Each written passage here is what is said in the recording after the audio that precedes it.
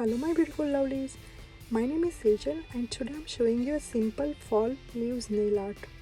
So first I painted my nails with a black base coat and then taking 4 nail paints and putting a drop of each at a time. I'm using orange, red, light pink and hot pink color. Then taking a toothpick, I'm cutting that drop across to make a leaf shape.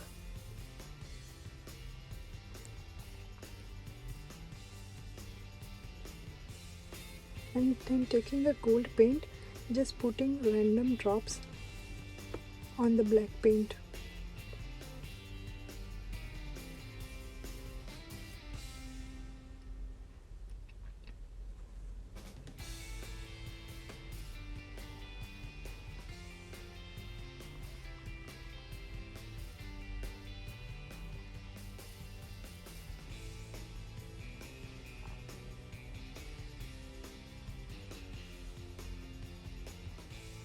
And then finally I'm covering it with a top coat.